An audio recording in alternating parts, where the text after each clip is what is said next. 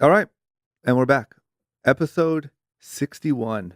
61 episodes. We're really this is working. We're really on to something here. Episode 61 with a young, motivational, inspirational, inspiring individual that also dresses like super swaggy and loves Lamborghinis and nice things and shows it very well on his Instagram. Gerard Adams, welcome to Short Story Long. What's up? How's that intro? Was it all right? Yeah, it's pretty good. It's You pretty do good. good. You want to know what you do good at? I think I told you this, but like your Instagram looks like a successful dude. You know what I mean? True. Like it just looks good. It's just like fuck. Like I will see your pictures and be like, damn it, man. Like why am I not on the PCH in a Lamborghini with a sunset behind me? You know, like you do a good job. Fuck, thanks, man. Is that this? You shoot most of that? Who shoots those photos?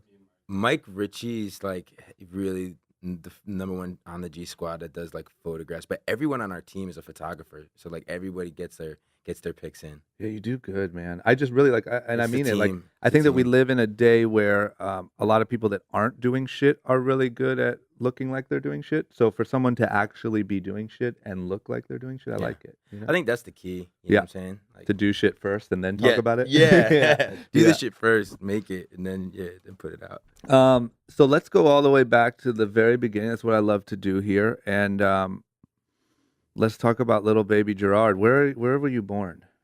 I was born in New Jersey. I went to a hospital in Livingston, New Jersey. A- And is that where your parents were from too?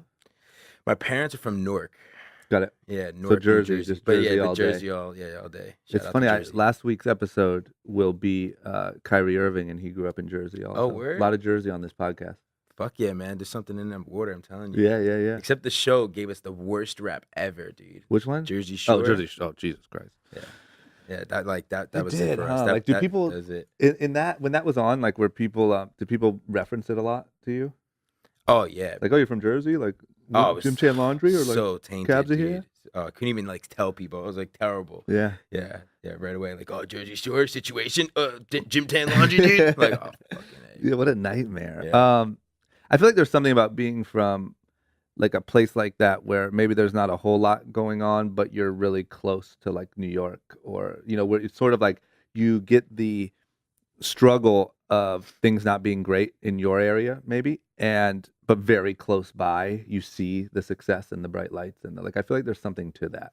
You know what I mean? No, absolutely. I mean, it was just like so close. It's like, oh, it's right there. Yeah, I just feel like if you live in like the slums of like Idaho, it's like I don't even know where there is action, right? Like it's so far from me. Yeah. But I feel like there's something about being that close to where it's all going down. Like you get that inspiration, you know? Yeah, man. I mean, growing up as a kid, I literally, with my homie Nick, like we were really into BMX and biking, and we would just like from our town ride for as far as we possibly could Mm-hmm. and get as lost as we possibly could Yeah. to like get to New York and like just to like see it, feel it. And would you go like figure out- into Manhattan or Yeah, no? we would like go as far as we could over like to the George Washington Bridge, but not getting into New York. Got it. Yeah. Why? Because that was sketchy? Yeah, I guess it just like I mean, I'd be scared to ride a bike through New York right now. I've done it, but no, I mean, I think it was more of like we would just get as far. By the time we'd get over there, it would just be like dark as fuck, and we would just be looking at the skyline, chilling by like the water, like dreaming, man. Yeah. You know? That's so cool. What was early childhood like? Like what sort of shit were you into? What did a day in the life of like super young Gerard look like? So I was like a really outdoors kid. Like I look at this generation now, like my niece and nephews growing up, and I'm like, damn, like I'm one and I'm like, it's so cool. Like they got iPhones and freaking iPads. Yeah. And like I'm texting my nephew with emojis, and I'm like, this is fucking hilarious. Yeah. GIFs and shit. But like for me, you know, I didn't have a cell phone. I had Yep. like a beeper by the time I got to like middle school, you know. And beepers were so cool. I wish I could go back to a beeper. Yeah, bro. I would totally rock a beeper. It'd be so cool. Yeah. Anyway, keep going. I'm sorry. So like, I was the outdoor kid, man. Like I was a skater. I was into BMX.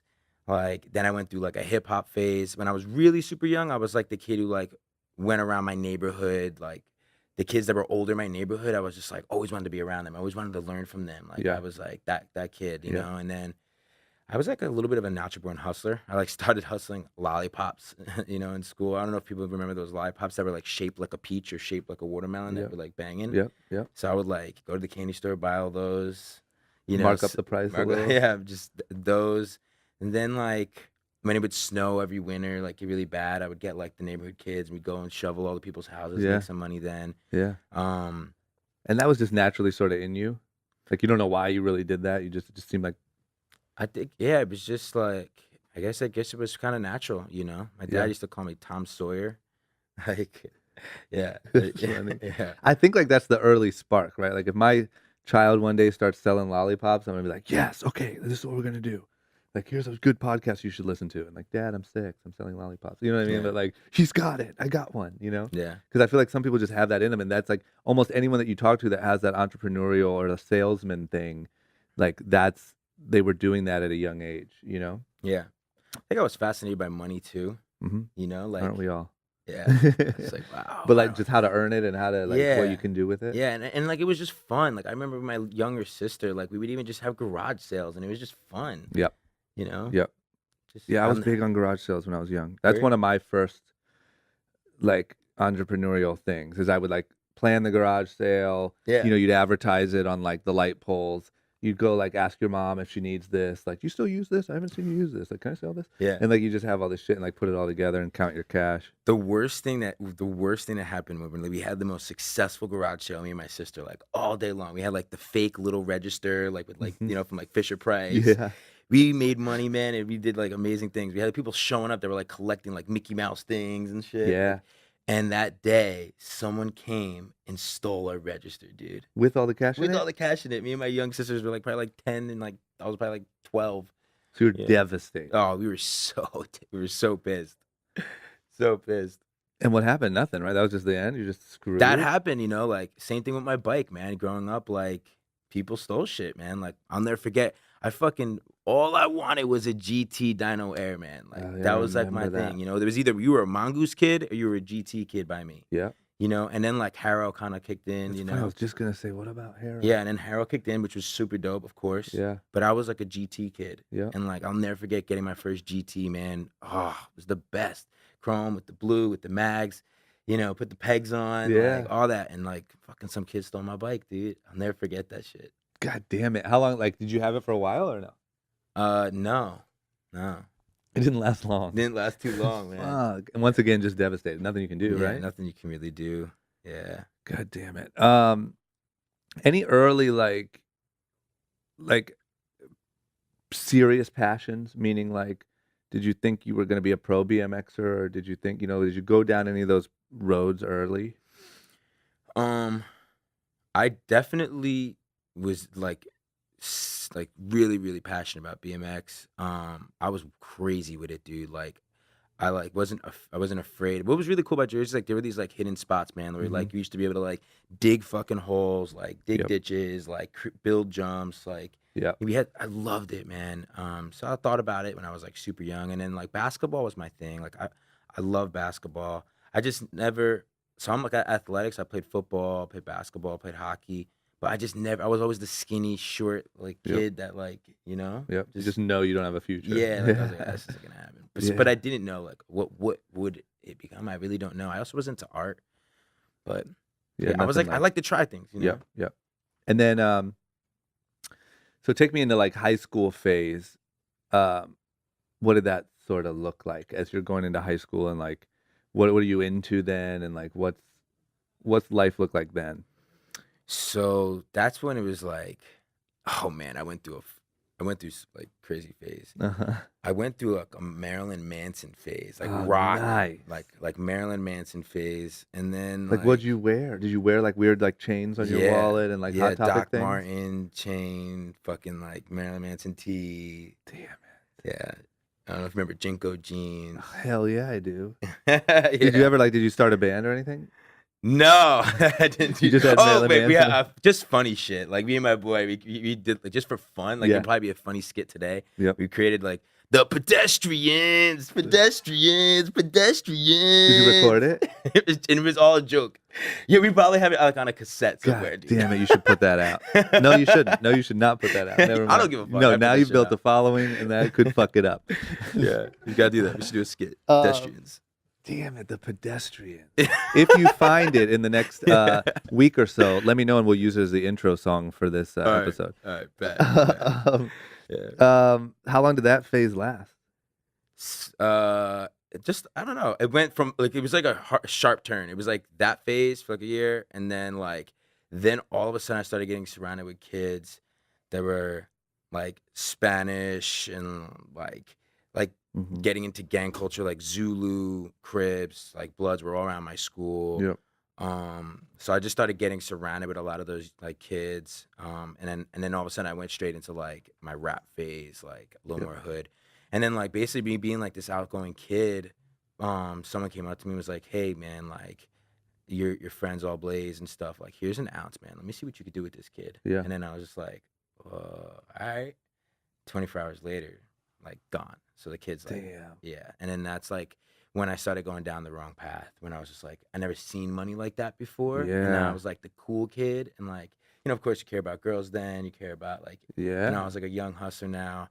And this is when like, I don't know, man, like it started going down that wrong path. I started getting involved with the gang culture, hustling weed. And then like that senior year of high school, I almost got in like big trouble. How? Well, so like one of the kids that went to school with me, his name was, I'm not gonna say his full name, but his name, we used to call him Wally because he was actually from a town called Wallington. So his mom, you know, she blazed, and so like every day after school, I would just pull up to her apartment building. She had an apartment like on the level floor, and I would just drop her off like her, like, you know, 20, 40, like she would just, it was like a daily thing. And one day I pull up, and I had an Eclipse, so like the cup holder would pop open, and you'd be like, hide your weed like in the transmission. Yeah. So I pop out like, and I should actually tell the part of the story that like right before this day happened, my dad caught me downstairs like scale like bagging and stuff. My dad was like an old school Italian. My mom's from Colombia. Got it. My dad would like beat my ass like if he like caught me doing dumb shit. You know? But it was like, I know nowadays like people don't talk about it, but like I love my parents. They're just old school. Yeah. So like my dad that day when he had called me was like the first time he didn't do nothing but like really look at me with that like look of disappointment. Like you fucked up. Yeah. And like if you get in trouble, like don't fucking come home. Don't call home. Don't come home. Like basically you're just your ex from the family. But he didn't really say much. He didn't really say much, and that was it. Like he said that, and then he walked away. And then I was just like, what do I do? Like I have a responsibility now too to these other people. Like I just was like, fuck. Like, Yeah. So then this happens. I pull up to that house that day, and all of a sudden, all these cops roll up all around my car, dude. Lights everywhere. And I'm just like immediately like, shit, I'm about to go to jail. So I like shut the cup holder. I call up Wallington. I had like completely limo tints. So like I call up Wallington. I'm like, come outside. This cop's here. I'm picking you up. I hang up the phone. Cops are banging on my freaking windows. Boom, boom, boom, boom. Freaking lower the window. And then cops are like, hand on the steering wheels. What are you doing here right now? I'm like, yes, I'm just picking up my friend Wally from school. Wally comes out. He's like, hey, man, we go to school together. I'm just getting in the car. Da, da, da. Next thing you know, the cop looks at like the car right in front of me, and somebody was committing Grand Theft Auto. And they were like, yeah, that's him. They went and arrested that kid in front of me, and like literally my front windshield, I'm watching them like take this kid down, arrest this kid, and they look over at me and they're like, get the fuck out of here.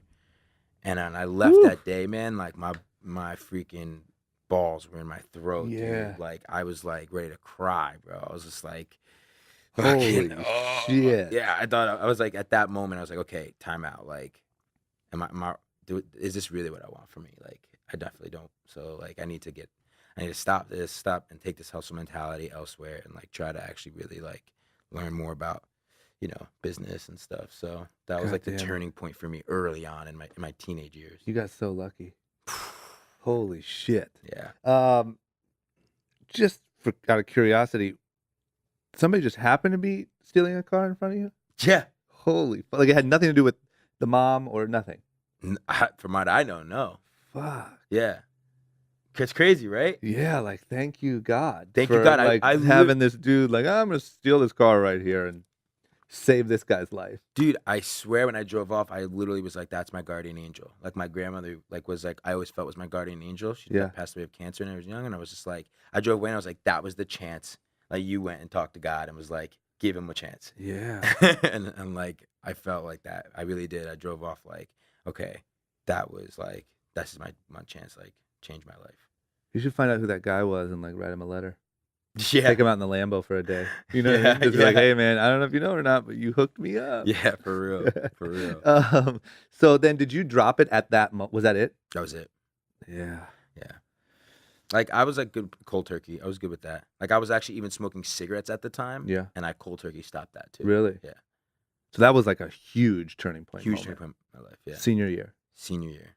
Like right when like getting ready to like graduate type shit.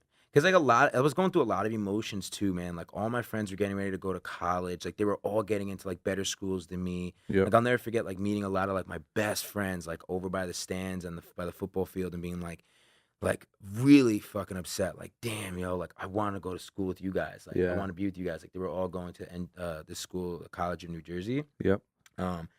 And like they're getting ready to like go like dorm, like get ready for this whole new experience, right? And like my dumbass like couldn't get into shit. Did you do bad in school? I wasn't like I wasn't terrible. Like what do you think your average? I was like grade? C student. I was like your average like C student. You know, get a couple D's, some C's, and I had like 1 or 2 B's maybe. Because you just didn't give a shit, right? Because school just was boring. Yeah, it was just boring. Yeah, man.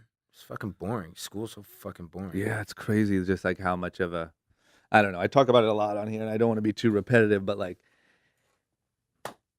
almost nobody that I've talked to has been like, you know, I just really loved high school, and I got straight A's, and then I just loved college, and I just got straight A's there too, and then everything went perfect. Like it's almost everyone is like, it's almost that like aggravation of that like drove them to figure shit out, and also I think the natural like do it yourself sort of person just doesn't conform well to that structure. You know?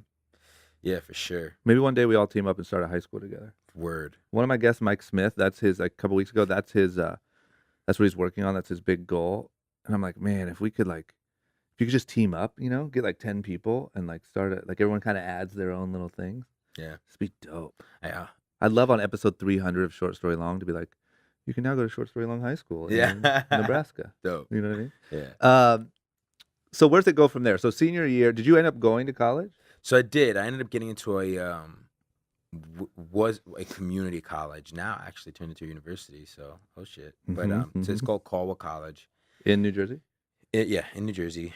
And my first semester, it was just like I had just gone through that turning point, and then like my first semester, everyone's getting more fucked up than they were in high school. Like, and now it's like even harder drugs. Like people are like coke and like going out, getting like drunk, like heavy, like every single night. Yeah. And then there was like they're telling me what class, like the school's telling me what classes I need to take in order for me to earn credits to get to the to get to the classes I want to take in order to learn about business.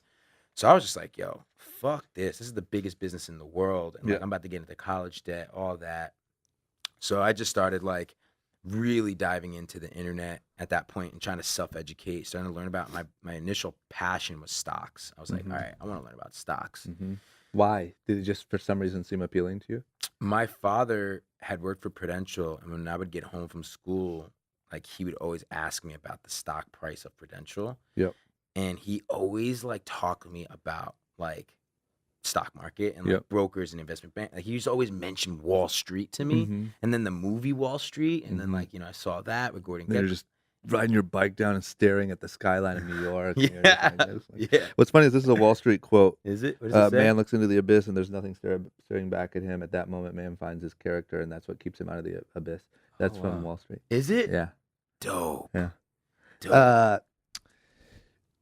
So it was just embedded in you from all those things and just the hustler spirit. Your dad had it, then Wall Street, then whatever. You're just like, this is what I want to do. Yeah, definitely. Yeah. So what do you do with that? You just start looking it up online? So yeah, I started looking it up online. I started talking to people at the school before dropping out. Like, yo, I'm interested in trading stocks. Like, anybody know about any of this stuff? Da da da da. And one kid, he ends up telling me like, yo, I know some kid who like is like really good at trading stocks. And I went to school with him. So I'm like, dope. He's like, yo, after class today, like I could take you and like you should meet him. So I'm like, yeah, bet. So that class ends that day. He drives me to this house in Wayne, and I pull up, and it's like this fucking mansion, right? It was the first time I've like saw someone's like big fucking mansion like Yeah. this, you know? And it And it was was like, his mansion? so like I walk in this house, right? 3-car garage, in-ground pool, basketball court, like brick, beautiful, right? Pool table, all nine. I walk in, Yeah. and like the kid comes downstairs, and I'm like, yo, this is sick, dude. Like, what do your parents do? And he looks at me, he's like, nah, dude, this is my house. And I was like, what the fuck? How old was he? Like low He 20s?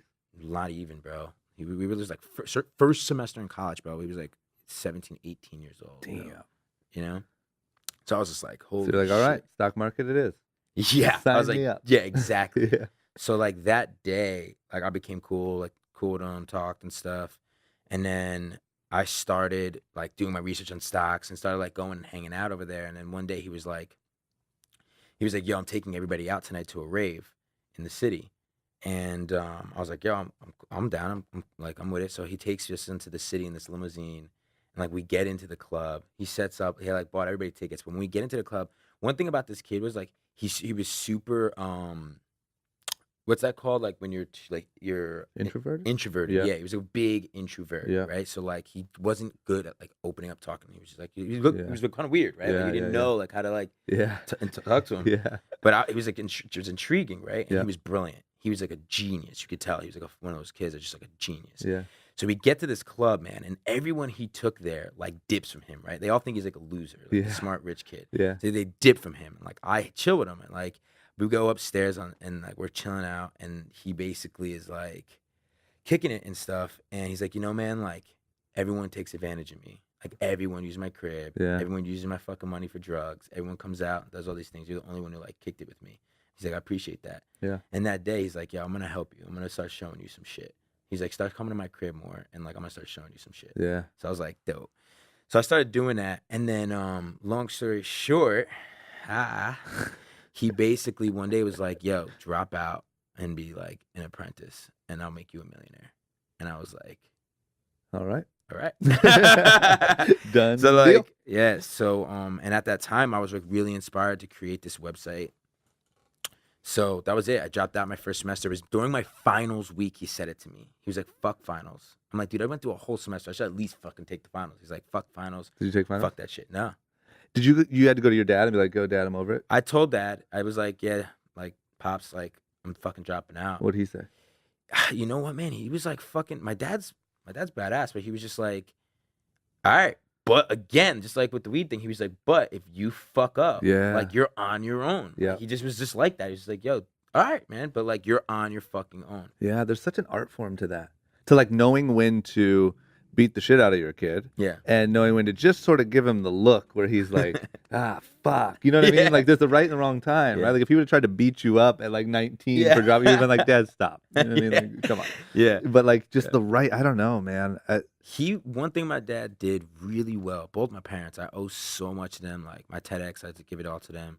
Like my dad would always instill leadership in me when I was really young in the weirdest way, which I am so grateful for, where he would leave little rag notes all over hidden in the house. Mhm. I'd go to get a glass of fucking like, of milk or some shit as a kid. Mhm. It'd be like, this little ripped piece of paper taped to the freaking milk carton that's like with a quote from like John F. Kennedy. And I would just be like, what the fuck? You know? Yeah.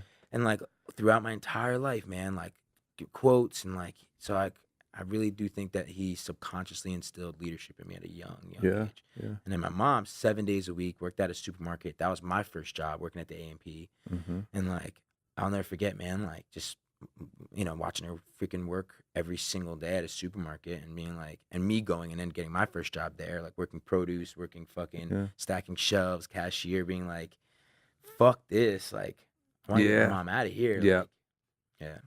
So Yeah, I you owe need it that to them. taste of it, It's just like school, I feel like you need that taste of it to know that like you don't ever want to do that. Yeah. You know what I mean? Yeah. Damn. So you drop out Yeah. and you just start going over to rich weird guy's house. Yeah. And you're like, all right, hopefully this leads to something. Yeah. And This what is will like happen? why Like, mentorship is like, it really is like, if you can, I think the best education you can get, like at the end of the day, is one, just doing shit. Yep. Like just fucking do shit. And I know it's as simple as that. Like if you have a little bit of a passion for something, just go after, start doing it. Be naive. Know that you're not gonna know it all, but like just do your research, man. Like Yeah. do your research and go for it. And then find a mentor. Find someone out there that's doing it already and do whatever it takes. I don't care if you got to show up to their freaking building, wait for them outside. Yeah. Show up every day. Go and get in touch with them. Bring value to them. Do know that, like, I mean, even as I got older, there was some like people that are like billionaires that like I'm now that are like mentors of mine. That I'm like, in the beginning, I was like, dude, I'll shine your shoes, man. What do I got to do? Yeah. 100%. You know what I mean? Yeah. Yeah. It's so crucial. It's so crucial. It's something I'm even learning more, like, as I do the podcast and as I do these different things, and, like, it's just so important. There's nothing like just doing and failing or succeeding and being around other people who have done the same thing. Yeah. You know what I mean? Even last night when we went to the meetup thing, like, the people that I was talking to there, like, were just so in it and invested in the conversation and, like, really wanted to learn, and I'm not around that too often, Yeah. you know?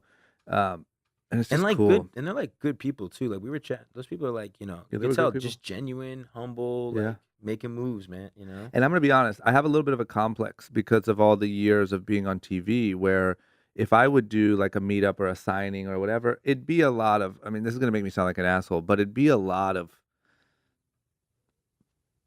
bullshit or like whack shit. You know, I don't know. It's just like when people are coming up to you and like, oh, what's it like having a mini horse? And like, did you really shave your head for your birthday? It's just like, yep, I did. Like, watch me dance around. You know, it's just sort of like, I don't know. There's no depth to it. And Mhm. so I always have shied away from purposely putting myself in those situations, and I've kind of avoided those. I've only done them when Yeah. I need to. So to be around like that one where everyone's kind of really wants to talk and add value and Yeah. get, you know, it's just different. I had Yeah. never been a part of that before. Yeah, that's dope, man. And I'm excited for you to do a lot more of that shit. Well, we're gonna do some more shit like that together. Yeah, I'm down 100%.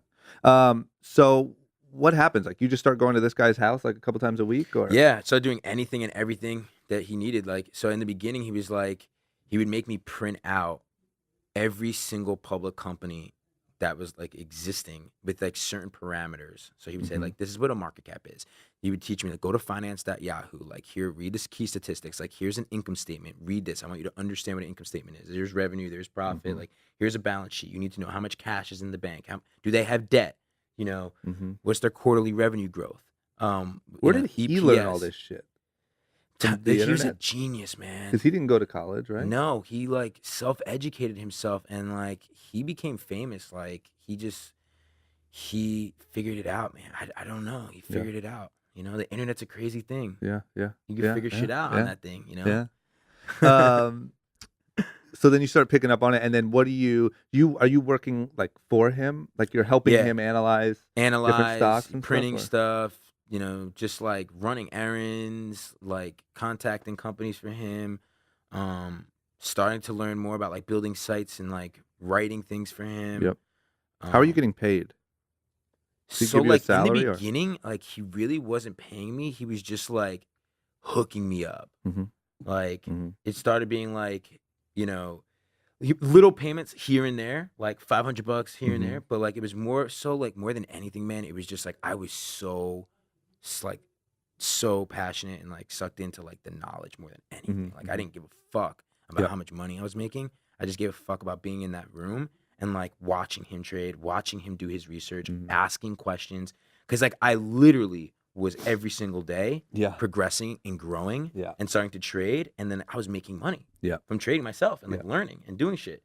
And then I was like building, I had my idea kicked in of like creating this site Stock Spot where I was like, all right, dope. Like I'm going on all these forums to like find other community of traders and like people who are investing in stocks and stuff, but none of them had any form of credibility. So I was like, my first idea was let me create a forum that people can come and talk about stocks and what they're investing, but they each have a rating. So you know if someone has 5 stars that are freaking gold, then they've been ranked 100 times. Then you can Mhm. click on their username and you can see that they picked Apple. Yep. You know, and you're like, okay, I want to follow this dude. Yep. So like the little money I had saved up from hustling, right? I had like 5 G's. Yep. Like I like invested into building this site, Yep. and he was like guiding me a little bit and mentoring me through the process. And like that was my first idea that like started to click. That I worked till like 3, 4 in the morning and got like 10,000 first active members talking on my site. Yep. How old are you then? Is this like 21 or 20? This is like 19 years old that Jesus. this started, 20. And then right after that was when I found my next mentor. Because like once the site was going, Yeah. a CEO that had a nanotechnology company had hit me up and was like, "Yo, how do I get my company on your site? You have Yeah. 10,000 people trading. Like, how do I get awareness to these people?" Yeah. So I was like, I never thought about that actually. And he's like, "How old are you?" I'm like, "Well, I'm like 20." Yeah. He's like, "You need to come meet with me right now." So I went and met with him, and he's like, "You don't understand the value of what you created." And he's like, "I'm going to teach you what investor relations and public relations is, Mm-hmm. and I'll allow you to build your website while being with me, and you help me tell my story through digital media, because like I don't know any of that shit. We do road shows here, and we do like, Yeah. press releases, but Yeah. we Yeah. don't know Yeah. that stuff." So I at that moment I just like started working in this office, 20,000 square feet office. This Is that in guy's New York or where? this was overlooking New York in Montclair, Got it. and And was he your second mentor? yeah. So he was my second mentor, Got it. and this led me to my first big failure. That like when I learned about like how shit can go wrong. Yeah. Yeah. So like I basically got him written up in Wired magazine, did a sick video on his company, which was a new battery, which like is really exciting to me how like people are reinventing battery right now, because Yeah. I'm so tired of charging my cell phone Yeah. 3 No times a shit. day. Come on, Apple. Yeah, for real. Fuck. So long story short, Like that. I after a year get this company like put on the map, like all the bloggers writing about them, new Yep. video, all this stuff. We host the first ever live demonstration of his product, the nano battery. I get everybody in the media like in this room, investment bankers in this room, and he's gonna get ready to raise like millions of dollars to take the nano battery into mass production. Uh-huh. My first time public speaking, I'm super nervous. I push through it because the CEO pushes me out there. Introduce the CEO and then chief scientist officer. Explain why I believe in the company. They come on stage and they show on 2 TV screens how no energy is being used. And when they hit this button, boom, like prove the concept of the nano battery, how it doesn't use energy until you turn a device on. Yep. They hit that button, man, and like crickets. Really? Doesn't work. The whole room is just like, And you're on stage? yeah, we're all like waiting. Oh, Like worst this case. is it. Like this is their moment to like this is the moment the company's gonna just like, skyrocket. And it didn't work. So at that moment I was just like, all that hard work I put in, I thought my career was over. But a couple guys that came up to me was like, "Hey kid, I'm surprised you got me in the room. Call me." Yeah. And then that's when I was like, you know what? If I could do this for this company and I'm passionate about storytelling and through digital, like there's got to be other companies out there that want this. Yeah. So I started basically an agency to help companies tell their stories online. Got it. And I just started like contacting every company that I could find that I felt like they was doing a terrible job at telling their story. And that was like pretty innovative. And like I got my first client for $500 a month, and then built that up to 6 figures a month, Yep. and built a company to like 10 million in revenue by the time I was 24. Yep. Loved it, was traveling, telling all these like new innovative companies, but then I learned about stocks and like, the industry's dirty, It was just like I started getting so good at it that the wrong people started contacting me, Yeah. right? Like Wolf of Wall Street shit. Yeah. And I was just like, dude, like this is dangerous. Like I do not like this. And like I'm doing this because I'm passionate about it and I love storytelling. I love helping companies to get their story out there. But like now that I'm finding out that people are using this to like they're selling stock, there's so much shit that goes on in the back end. Yeah. And I was just like, okay, I do not want this. Like God forbid, like I got in trouble or something. Like Yep. and there's people that do that shit. So that I started to shift away into investing into companies that I liked. And then this is when I learned about ego in my career, where like basically I was doing really well investing, had a couple multi-million-dollar trades, and then the economy crashed, 2008 to 2010, right around that time frame. I lost like everything. After to that point, I lost it all, man. And like that's when like I just had a big shot at my ego, because here I am finally like thinking I'm on, I'm on top of the world, millionaire now, taking care of my family. I took all my friends to Miami for my birthday, like rented a 150-foot yacht, Yeah. catered it, like exotic cars for everyone, rent the top floor of the Gansevoort Hotel, like fucking just rock star shit. You Yeah. know what I mean? Yeah. Like I'm just living, and like now, boom, everything's gone. And I was just like, fuck, dude, like no one could know this. Like I Yeah. fucking made it. Like what do you Yeah. mean? Yeah, you can't go backwards. Can't go backwards. Yeah. It's like getting your bike stolen again. Yeah. Like, Fuck. fuck. Everyone knows I have that damn GT. Yeah. Fuck. Damn it. So what do you do? So my mom basically, so I went to my fuck parents, of course, and I just like opened up to them about it. And like my mom said to me that when my grandparents immigrated to the United States, they basically got a studio apartment. Mhm. I have, a lot of uncles and aunts. My mom had like a studio apartment from about 7 people, including my grandparents. And my mom said that she's the oldest. She was about like 15, 16 years old, and she was walking home from school, and her friend's like, Jenny, is that your building? And lo and behold, the building was on fire. And luckily, like, of course, thank God, my family got out, but they lost everything. And my mom had never told me this story until like all this happened to me. And she's Mhm. like, when that happened, she's like, I had to beg my school teacher to allow me to drop out and take night classes so that I can go get a job. And I couldn't get a job at my age in Jersey. So I got a job on Canal Street in the winter in New York, the first time me ever going into New York City. And like out in the cold, making sure people don't take things from like the stands. And Yeah. she's like, just to make a little bit of money so that your grandparents could put food on the table. Yeah. She's like, and I went through that shit like as a teenager. And now I put this roof over you and your sister's head. She's like, so if I went through that shit and was able to fucking get through that, stop bitching. And Yeah. at the end of the day, like you still have your heart, you still have your knowledge. Like Yeah. with the shirt on your back, like go out there and do it again. Yep. Yep. So that was And like, that really like obviously resonated with you.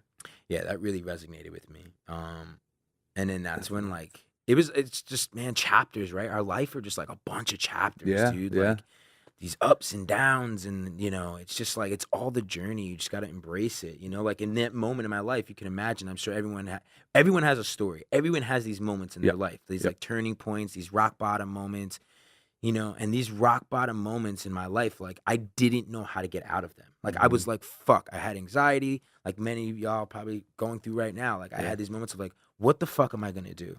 How the hell am I gonna get through this shit? Yep. You have to realize that like there's people out there that had it way fucking worse and got through this shit. Yeah. At the end of the day, if you can just like pull your shit together and be like, you know what, like I can only do what I can with what I have, with where I am right now, and that's what I'm gonna do. Yeah. Yeah. Fuck the past of what's happened to you. Stop worrying so much about the future and just do what you can right fucking now with what you have. Yeah. And that's basically the mentality that kicked in after my mom told me that story. And then that led to the Elite Daily story. And where did that come about? So I started making like content creation has been like the one common denominator throughout my entire career.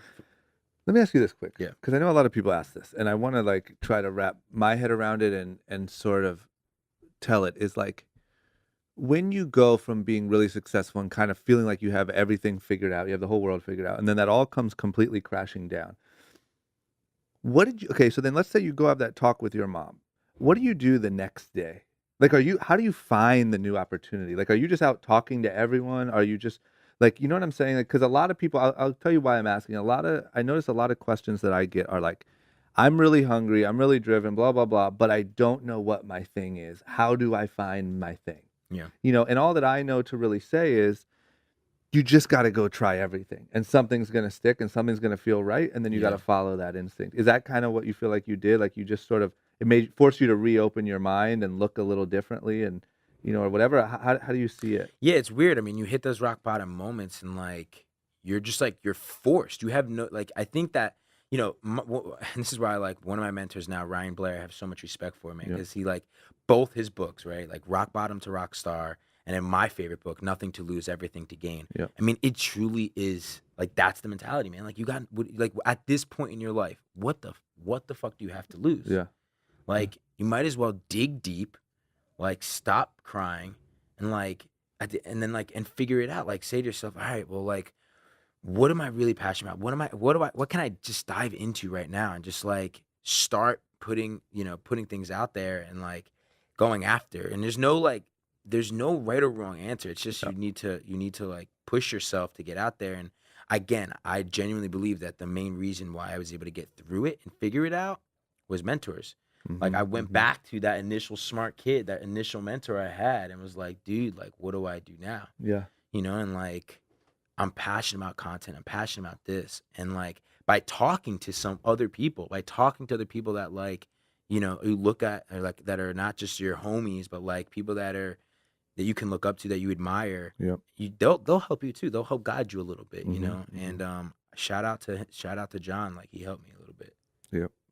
Okay, so go back on the Elite Daily thing. Sorry. So yeah, so I started making documentaries. I was like, what do I got to do? I understand content creation. I like storytelling, but instead of doing it for companies, all right, let me start making some documentaries, because if I just went through this rock bottom moment, might as well start like exposing why it happened to me. I think that's another thing you can do, is start talking about that shit. So you were talking about your own stuff as well as other stuff? So I started diving into, I made a documentary called College Conspiracy. I was like the first to expose the student loan debt crisis, because at that exact moment of me losing everything, all my friends graduated from college that moment, and they all had these college degrees. They all had college debt, and they all couldn't get a fucking job. And they were all coming to me because they were like, well, you're the successful one. I'm like, well, so what had happened was... Yeah.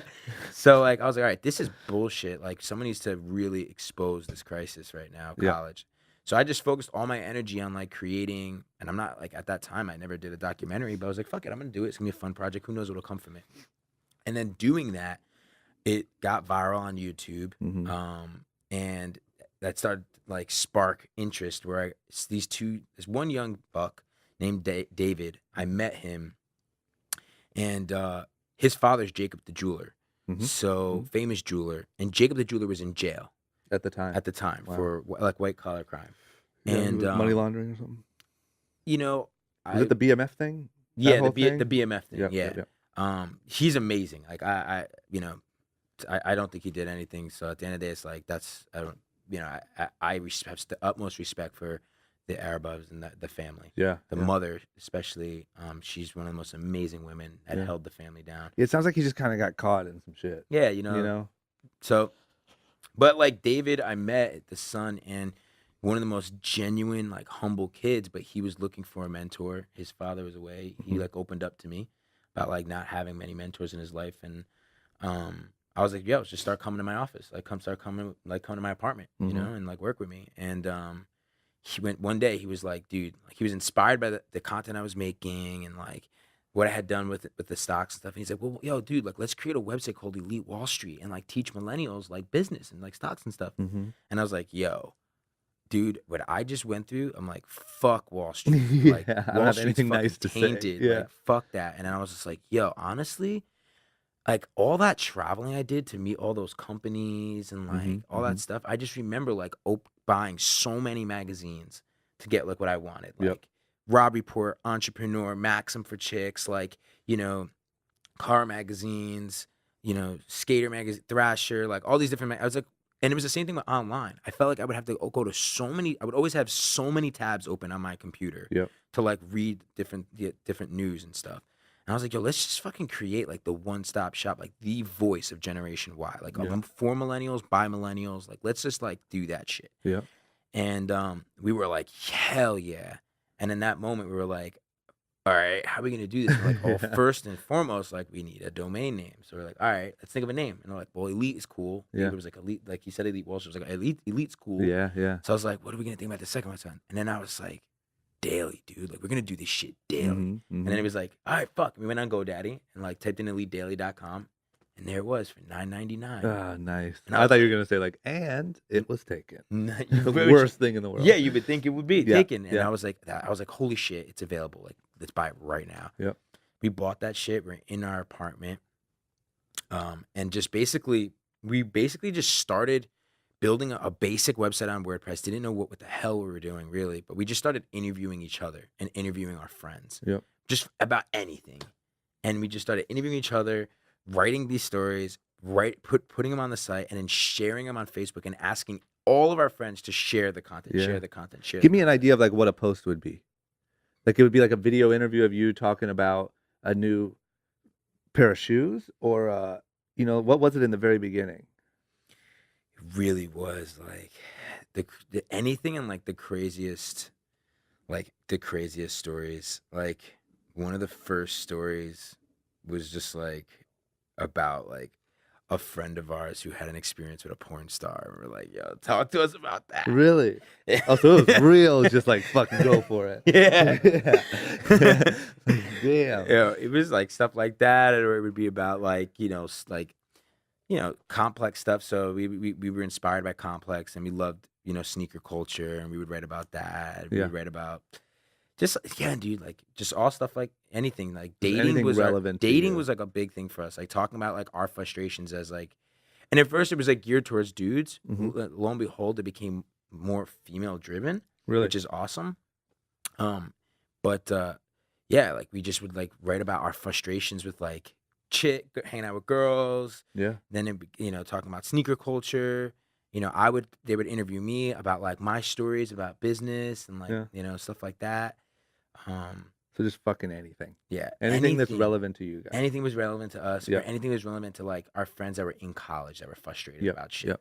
Yep. And that's what it was, and like being a little naive, like that's what helped us. Like, and like people would be like, our grammar was not perfect. Yeah. Our articles had like curse words. They Yeah. just didn't have the best punctuation. But Yeah. we're like, fuck it, let's just get it out. Like, Yeah. get it out, get it out, get it out. And then stuff started to go viral. Like shit started being shared and like engaging on Facebook. And then Yeah. people started coming back to Elite Daily. And like we would be jumping up and down and like That's having the coolest time. yeah. Like, like that's so hard to like, I don't know, like that time frame of any business or any hustle or anything is like so hard to capture. It just sort of happens or it doesn't. And like it's the moment you always wish you could kind of like go back to or get that feeling again. But that's just, I don't know. Even hearing the story, I'm like, damn it, that's so cool. Like I just picture you in an apartment like, Oh yeah, dude, the porn star literally. article is viral. Yeah. Like we made it. Yeah, I swear we would jump up and down all the time, man. Yeah. I think it's key. Like you gotta have fun, man. You gotta love it. You Yeah. gotta love it. Like we showed up every day, like, oh shit, like yo, what article is gonna be the most shared today? Like, what are we gonna do? Like, yo, I'll never forget. We all went to dinner one night, and like we found like this cool young model chick, and we're like, yo, do you want to come to the apartment and shoot a video with us? She's like, She's like, I've heard "Dude, this she's story like, "Did you-" before. Yeah. Is this casting couch? Yeah. And she's like, for what? We're like, well, we got this site, Elite Daily. Like, she's like, all right, yeah, cool. And I'll never forget, that was like the first video we did. She came to the apartment. It was around Christmas time. Mhm. And we're like, yo, what are we gonna do? We're like, yo, let's create like this like, it was like these videos where like we were inspired by this girl who the video would, I don't know what they're called, but they were like, it would like flash and she would just completely change outfits Mhm. instantly Yep. without like seeing it, Yep. without like her changing. Yep.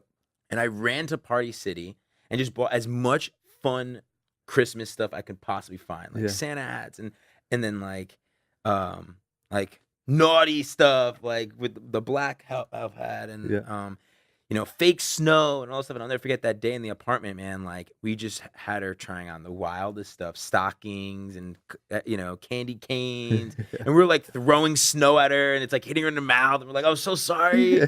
It was just like the most raw video ever. And Yep. but we were just, I'll never forget that day, like her included. We were all just having so much fun, Yeah. dude. Yeah. And like, and then putting that content out and seeing what worked.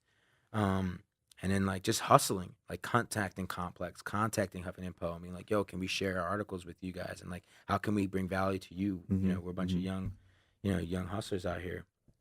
And it just, that culture that we created of like, we're taking this very serious, Mhm. and it's like we're putting in the hours and we're gonna hustle like day and night, like no sleep. Like we Mhm. really, really want this to really work, but we want to have a lot of fun doing it. Yeah. And like we all want to learn and we all want to grow, and we all have one common mission to like build the biggest millennial media company out there. And like, who cares what anyone else thinks? We're gonna go at it. And like that mentality and culture, and letting people be free and be themselves. Like people skateboarded in our place. Like once we got our first office, people were in the back, like hanging out by our Buddha. And, after hours, if they worked really hard and they stayed late, if they wanted to like smoke a little bit, Yeah, like, yeah. we let them. Even though if they wanted a beer, like, all right, cool, as long as you get your work done. Like, like we let people be themselves and do what made them happy, no Yep. matter what. And And it worked. And we brought in people to come in and speak and motivate them, and like, yeah, and it worked, man. Like we figured it out where it was like, okay, we needed to get at least 80 articles out a day. We're Yeah. like, this is a key number. We need like 80? 80 to 100 articles per day. Jesus Christ. So we're like, and we don't have the money and we don't have the bandwidth ourselves to do Yeah. that. So like, we're like, it forced us to be resourceful. And I think that's key. Like people Mhm. out there that like have an idea and are like, yo, I need to go raise $1 million, like for my idea to work. Like, no, that's not the formula. You want the Yeah. formula? Be fucking broke. Yeah. Like figure it out and figure out how to hustle and make it work with like Yeah. not having a lot of money. And I know it's really difficult, but like that'll force you to get creative. Yep. And for us, it forced us to get creative where we had to like, with the little money we had, get a little bit of Elite Daily swag, you know, go and travel to different universities, throw little like cool little parties at these schools and be like, yo, wait for Elite Daily. It's dope. Yeah. Like come and kick it with us. And like, you know, we did fun stuff with them Yeah. that got writers. And that ended up being the formula where we got contributors from universities all around the country, 2,000 contributors, and that allowed us to finally scale. So How crazy. So you just have all these people contributing, and then do you filter through it in some way, or did everyone just how does that work when you're trying to scale that level of content? yes, so David, you know, I mentored him to be like the CEO, and he was such a great leader, man. Yeah. He and our COO, there's 3 co-founders, so it's me, David, and JSP, Got it. Jonathan, and like JSP and David were the rock stars, bro. Like I Yeah. was like the big brother, millennial mentor Yeah. that like really focused on growth, met with them, like made sure that we were like really focusing on like the strategy on how we were gonna level up the company Yeah. to like get the right advisors and like, you know, the financial aspect, that how to monetize the site, Yep. and like I was really an advocate for the video side. Like I helped build the video team, Yep. you know, and stuff like that. And but David was the one who like literally saw every piece of content and chose what was going on Facebook, which Yeah. is our number 1 driver of traffic. Got it. And then we also had our editor in chief, and you know, and she was just like rock star, and she like helped manage all that, looking at that content, manage the contributors to see who was the best. We created a leaderboard, who got the most shares, like, and like made sure that we did things for other contributors that were doing really, really well. Yeah, so that How was long his model. how long after like you started it were you able to start monetizing? I would say like about a little over a year. Got it. Yeah, So so it was pretty like quick. pretty quick. Yeah, Yeah. I would say like, yeah, maybe a year and a half. I basically got in touch with. We didn't know what the hell to do, Mhm. and then we got in touch with a friend of ours, Ali, who he like. It's so interesting, but there's this one guy named Jamel who was my trainer, Uh-huh. who knew David, and he's the one who introduced me to David. Mhm. And Jamel knew Ali, and Jamel was a really like important person because he by him making an introduction to Ali, who like he kind of had an incubator in New York, allowed us to meet one of our first advisors, a gentleman named Andy Reese, who had built a company, had scaled a company, had built it into like tens of millions of dollars in revenue. It was a video company that named Tremor Video, and he was the one who, when we met him, he became like our first awesome advisor that like taught us how to monetize and Yeah. taught us how to have like the tech stack to you know to basically, you know, run banner ads, like start to get, you know, advertisers and networks working with us. I think it's just like so key to like, you know, build a company that's going to provide like so much value for your customers. Yeah. Like, and I do think that like, don't worry about the money. Money always like money never leads, it follows. And if you're going to if you create value for your users and for your customers, and then like people love your shit, then they'll You'll get the money. you'll get the money, Yeah. you know? Yeah. And that's basically what we learned. That's huge. Any other big moments like as you're building? How long was it from when you started to when you sold? It was 3.5 years, so pretty quick. Damn, that's good. Yeah, I mean, again, getting strategic advisors is so fucking important, because that's how we sold the company. Because like Now all of a sudden we're scaling. Now all of a sudden we're monetizing. Now all of a sudden our culture's growing. Now all of a sudden we go from like an apartment with like 5 dudes to like, holy shit, now we're like in this incubator and we grew to over 100 employees. Yeah. And we're rocking. Yeah. And we're throwing our retreats now with the company. And like a huge win for us was when we broke 1 million likes on Facebook. That was like a huge celebration for us. And things are all going really good. And we finally went and we saw John Steinberg, who was the COO of BuzzFeed, leave BuzzFeed to go to the Daily Mail. And I was like, we need to get this guy on our advisory board because like he has been part of a company that's a huge media company. I found out that he was speaking at a Morgan Stanley event in New York. I waited for him at the door when he was done. And I was like, elevator pitched him right then and there. And he was like, all right, I'm interested. Email me. Sent them an email. We were able to get our investors one of our investors at that time we bootstrapped it and then we raised money like about 2 years in because we wanted to get like strategic investors. And they basically helped us bridge that gap with John. And our goal was like, yo, if he's going to Daily Mail, like maybe one day like we'll get acquired by the Daily Mail. Yeah. You know, like, and if not, like he's just gonna give us so much knowledge on how to scale this thing to like be like a massive media company. And lo and behold, man, like never would have thought.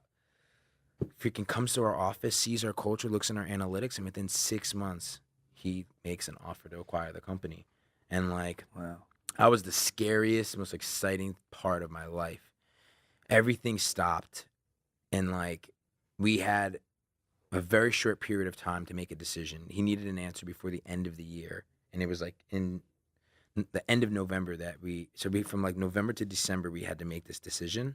Did you know an offer was coming, or did you just get a phone call one day of like, hey, how about this? David hit me up and he's like, yo, we always went for walks to the park. That's like a thing for me. Like, I'm down for a good walk. Yeah. You know? Yeah. So we went for a walk and it was just like, and he told me, just like, yo, G, like, we got an offer. And I was like, whoa. And like, it's super exciting. Yeah. But like, I felt like the offer agreed kicked in and I was like, nah, man, like BuzzFeed, man, they're all worth like hundreds of millions and like, yo, we can take this to $1 billion. Like, fuck that. That's just this is the beginning. See, we got something real. Like, let's keep going. Fuck that. That's where a lot of people make the mistake. Yeah. You know? I was like, fuck that. You know? And he was like, all right, but listen, like, we're trying to raise capital because we have 100 employees. And like, in order for us to go to the next level, like, we need money, bro. And like, right now, the venture capitalists are like working against us. And like, we don't have enough time to raise the money because so it's like either we take this offer. Or like we potentially could be fucked because we only have like 3 months of runway to pay like payroll. And you know, it was a risk. And he's like, and then he was like, and Facebook's like, I'm telling you, G, like Facebook's changing algorithms, man. They're toying with shit. Like at any point in time, they can fuck with us. And like, because they want to keep the traffic on Facebook. And then what happens? Because 80% of our traffic comes from Facebook. So I was like, dude, you're actually making some really smart, points. But I was like, I think I could raise the money. So I like at that point just started flying and hitting up every investor I had met and known and just pitching my ass off. And I was able to, through one of my first two like strong mentors, Ryan Blair and a gentleman named Barry, and was able to raise $5 million within like a very short period of time. And so we get to this board meeting and I make a speech in front of the whole board. And I'm like, listen, I raised $5 million. We got the money to keep going now. I believe in this thing. Look at all these other companies. Look at all these valuations. Like, we shouldn't sell. And I had gotten a threatened letter from one of the VCs. I won't say who. There's like they're really big. One of your investors. Yeah, that was like, you better like basically sell the fucking company. And how aggressive was it? Sell the company or what? It wasn't like, it was I'm like gonna tie you up aggressive. and like beat you. No, it was like passive aggressive. Yeah. It was like, listen, like a letter in the mail of like basically them making it known that, hey, we're sending you this letter that if you don't make the best decision, I was the blocking vote. So like, if you don't make the best decision for this company, and you just like block it, like we're gonna make your life shitty. It's on record, and we're gonna probably like get you kicked off the board, get you kicked off. Like, they were gonna probably fuck me. So and that worked. Like you were like, ah, shit.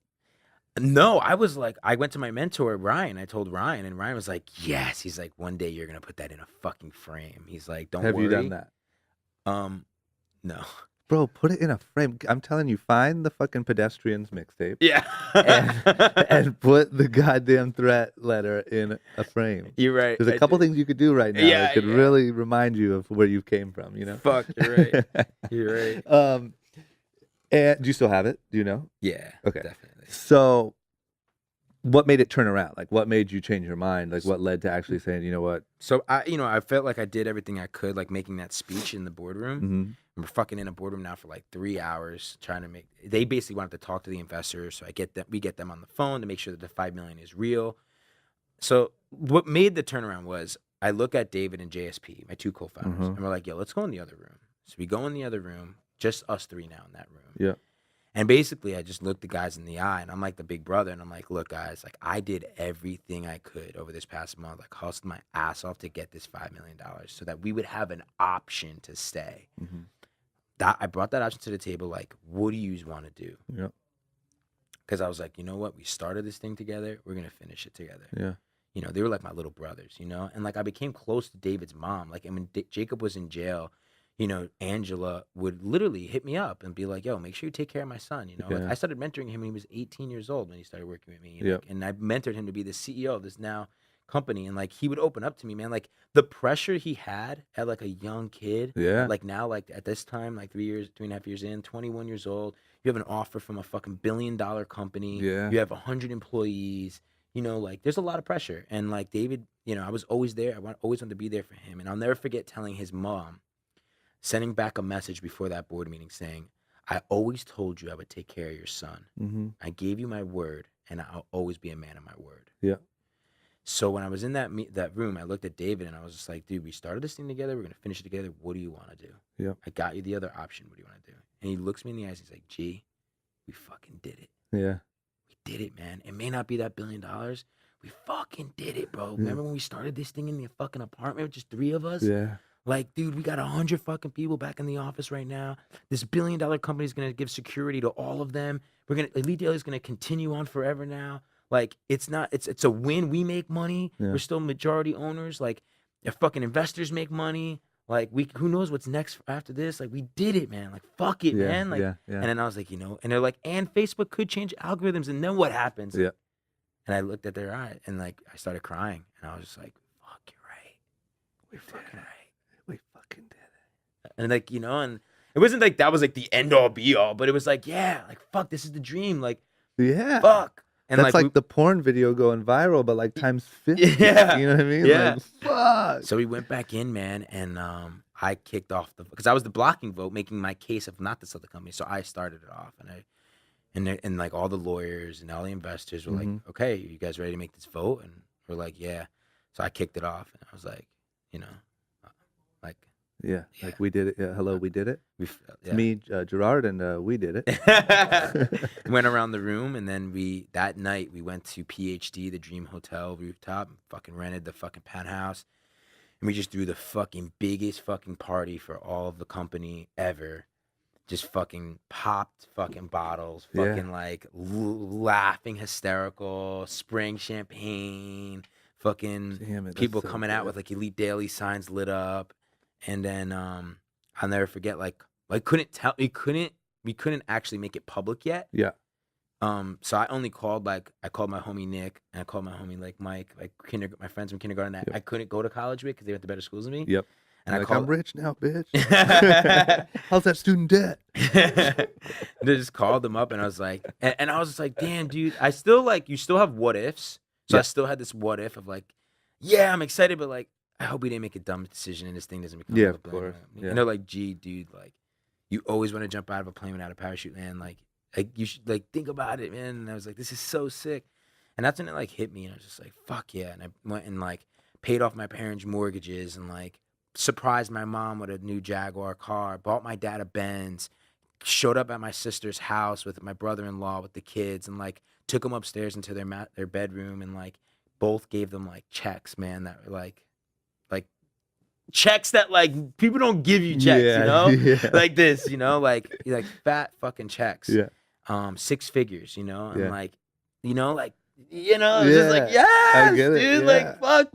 It's like the fucking best moments of my life was doing that. It was like going and doing that stuff for my family that I've like really fucking wanted to do. Yep. And then I didn't touch the, I didn't, and then I didn't touch, um, the rest of the money really. I put it right into a trust and just didn't even fucking like. I closed my eyes. My dad always taught me like pay your taxes. So like I was like, ugh, that was the hardest Oh, no fucking shit. 7-figure check I ever had to write. Like, What tax do you pay? Do you pay income tax on that? Do you pay long-term capital gain? I think you pay, yeah, long-term capital Right? I think that's right. gains. Yeah. Sorry That's for the what it was. listeners out there who are smarter than I am. I'm unclear on that. Yeah. Never sold a big business. The worst thing, the craziest thing is this. Like after that sell happened, my accountant said, Gerard, move to Florida because the big wire Oh, doesn't yeah. come for like a little while. Yeah. I would have So had a house in Miami so quick. So I went to Florida. Uh-huh. I found a beautiful penthouse overlooking the ocean, and I made this decision where I was sitting getting ready to sign the paperwork with my girl. I'm like, this is what I wanted, you know? And then something came over me, and I was like, wait, this is not it. And I was like, What part? Florida? Miami Beach. No, but I'm saying like what wasn't it? That was Like Florida. like wait a second, like Yeah, I know. Florida is. Let's go to Nevada. No, but I did like this is what happened. So at this point in my life, I was like, I never did social media for myself. I never built a brand. I never Yep. did this. I never did podcasts. Yep. I never did speeches. I never did anything. I built businesses. Yep.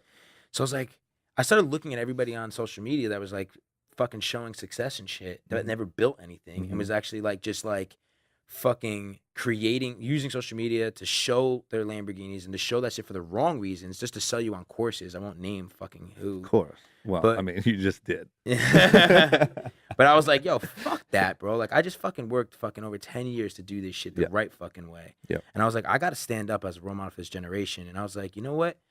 Fuck that. Like I started like doing speaking and stuff. And I was like, where I came from, like where my family's from, especially in like Newark, Yeah.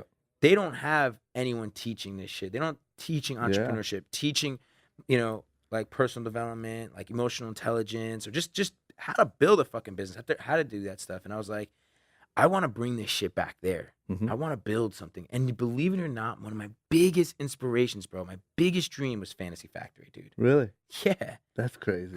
Like seeing that, I was like, man, what it would be like one day to be able to build my own like little fantasy factory Yeah. and do it in the hood, like where my family's from, Yeah. to like give back. Was So- it on TV during that time? Like No. when you sold Elite Daily, or was No. it after? It was after. Oh, so that wasn't that long ago. So I was like, right. It might have been right last season. I'm not sure. When did the sale happen? End of 2015. Oh yeah, so I was probably right at probably after the last season. Yeah, it was like right towards that end. So just to clarify, you're saying that when you were in Florida and you had that moment of like, this isn't it, you mean sort of like the retirement vibes? Like Yeah, you were like, I'm not done. Yeah, I was like, there's dude, I'm something not more fucking here. done. Like, what am I gonna do right now in Florida? Like, I'm not even from Florida. And I was like, yo, I started thinking about legacy. Like, I saw the quote, and someone gave me 2 front row tickets to Tony Robbins' event. I never saw Tony Robbins. Man, I want to before. go to one. Yeah, I'm like half in on Tony Robbins. Yeah. You know what I mean? And on the whole thing. Bro, but like, he's I a- want to go experience it. dude, he's a god, bro. You need to go. Really? He is like fucking the ultimate fucking like, dude. This guy's like, he is a legend, man. Like Yeah. the amount of I lives agree. he's transformed is out Yeah. of control. Yeah, I'm not a naysayer. I think for the longest time I was real against that shit because it came off so like hippie-ish to me and just a little too like, you can do it. Just believe you're awesome, you know? Yeah. And but then now after reading a little bit more of his stuff and watching his Netflix thing and all that, like I'm a lot more into it. But I would love He's just to go the real deal. experience it. He's just the real I agree. deal. I agree. He's If anyone's the real deal, he's it's like a doctor. Like he is the real Yeah. deal. Like he really, really is. That's all I can say. Like he has real tactics. Like he has real strategy. He really. It's not just all spiritual. Like he is, a Yeah. practitioner. Like he understands. I've seen him heal people. Yeah. Like he's a healer. Yeah. And I agree. It's I nuts. love I mean, that. Yeah. So when did you go to those? So that was right after the sale, right before Florida. I get these 2 free tickets, and I take my little sister, and I saw these people who had all this pain, like really, I like him heal them, my sister included, And in his quote, success without fulfillment is the ultimate failure, just sunk into me. And I was like, what is all the success, for? And is it to be in Florida, retired? And like, I already know. I would say success without fulfillment is Florida. You know what I'm saying? I think that might be a quote you should think about using. There you go. There you go. Just saying. Think about making an Instagram square of it. Yo, I like that. Yeah. Sorry to everyone who is rich and lives in Florida. I don't mean that about all of you, just some of you. I love Florida, and I definitely will retire. Yeah, but there's a lot of success without fulfillment living in Florida. Yeah. Yeah. It's a big place for exactly. it. Okay. So sorry, keep going. So that quote sunk in. So I just made the decision to go and fly back to Newark, and ever since I've been in Newark, New Jersey with my squad, and we built a building. That's what Founders is? That's what Founders is, and it's a progressive education company. It's a social enterprise. So I started a nonprofit and a for-profit. The nonprofit, we go into the community. We teach entrepreneurship to the local middle school kids in Newark. We do internship program where we have the local high school students, even the ones that are like in what's called the Renaissance House, like get in trouble, come and work with startups, work with entrepreneurs. We donate 3D printers to the schools. We are doing a basketball tournament next month for like the youth, then teenagers, then adults. I'm going to be giving away a $40,000 franchise to a family there where we plant trees, we're cleaning up the streets, like anything we can do to rebuild the community, and then also create an ecosystem that will create real jobs and give the skills needed to create new businesses in a place that needs it. That's what we're doing in Newark. Yeah. And then we're launching our online platform for people that want to become a founder but can't move to Newark. And the goal is to then scale to nationwide. I'm planning on our first expansion going into 2018 here in the LA area. I just want to find a strategic partner out here. So what's up, drama? Let's go, man. Let's get the founders out here, bro. Let's do it, man. Or we can start a high school, or we can fucking. I'm fired up. Yeah. I'm serious. I will say this. I really want. Number one, we should talk about that. Number two, I really want to because there's a few people that I've had on this podcast that are really taking the initiative and really have a skill set to do that. And I just think that there's something with combining people. Like one of the ideas I had was to do a short story long, whatever the fuck you call it, a convention or you know what I'm saying? Where I speak, what happened? I said long story short a couple of times. No, I know, but that's what I meant to say short story long. But so the reason I named it that was because everyone says, so long story short, blah, blah, blah, and this is your place where you're allowed to tell your short story long. You know what I'm saying? Right. So it still works. Okay. Cool. But the thing is, can you do a thing where you speak and you talk about your thing, and Kevion, I'm going to introduce you to Kevion, who was on this podcast, who's just incredible and so good at this stuff. Dope. And there's something there. And then there's this guy, Mike Smith, who his goal is to start a high school. And I mean, there's just something, man, where you could put all these people together and you could really do something. I don't know if there's a shift happening, man. It's so fucking transparent. It's so right in front of us. I mean, it's been long overdue since the crash, when the economy crashed, and all of us as millennials were like, wait, hold up, wait, the system really is broken. Wait, these corporations have been fucking us. And the government really has been fucking us. Yeah. All these things, and now us millennials that first went through it at a young age are older. And I think we all feel like that. We do want to have a purpose. We do want to make an impact. We're thinking about how to go about doing that more than ever before. We're getting older. I just think that we're also, I don't know. Here's the other thing that's happening. The internet is making it very clear that the way that you're told to go through the system of education and of building your life is wrong. Yeah. And so I think that for a lot of years before, it's been wrong for a very long time. But once again, I've said it before, so I'm going to try to kind of skim and still make the point. But it's the belief is you do good in high school, you go to a good college. You do good in college, you get a good job, you are happy, right? That's, if you just want to sign up for life and say, take me to happiness, that's the road you're supposed to take. Yeah. And there's a lot of people, and it's been from way before millennials, right? That are, because think of all the people right now currently that are 60, 70 years old that are running out of cash or retirement or whatever it is because the game didn't play out right for Right. them. Yeah. So what My I'm family saying is included. people go through this way of doing it and it turns out to most of the time, maybe not even most, a large amount of the time not be the right way to do it. It Yeah. taught you wrong. Yeah. Life taught you the wrong way to do it. And the ones for decades who have been succeeding and building their own things and finding all this stuff have went out and done it their own way, right? The point is, just now, the internet is showing you what the real way is, kind of. Yeah. You know, like they're seeing people like you. They're Yeah. seeing Gary Vee. They're seeing these people and they're saying, wait a minute. Mrs. Smith isn't teaching me that in my 8th grade Hell yeah. class. You know what I'm saying? They're just saying like, wait, this shit is not lining up, you know, or this isn't what I'm paying all this money to go to college and I didn't learn one bit of what I just learned in this weird Gary Vee rant. You know what I Yeah. mean? Or this episode of Leaders Create Leaders. Yeah. It's like, so I think that that's what's creating this extreme hunger because obviously people want to win, they want to succeed and they're willing to do the work. Yeah.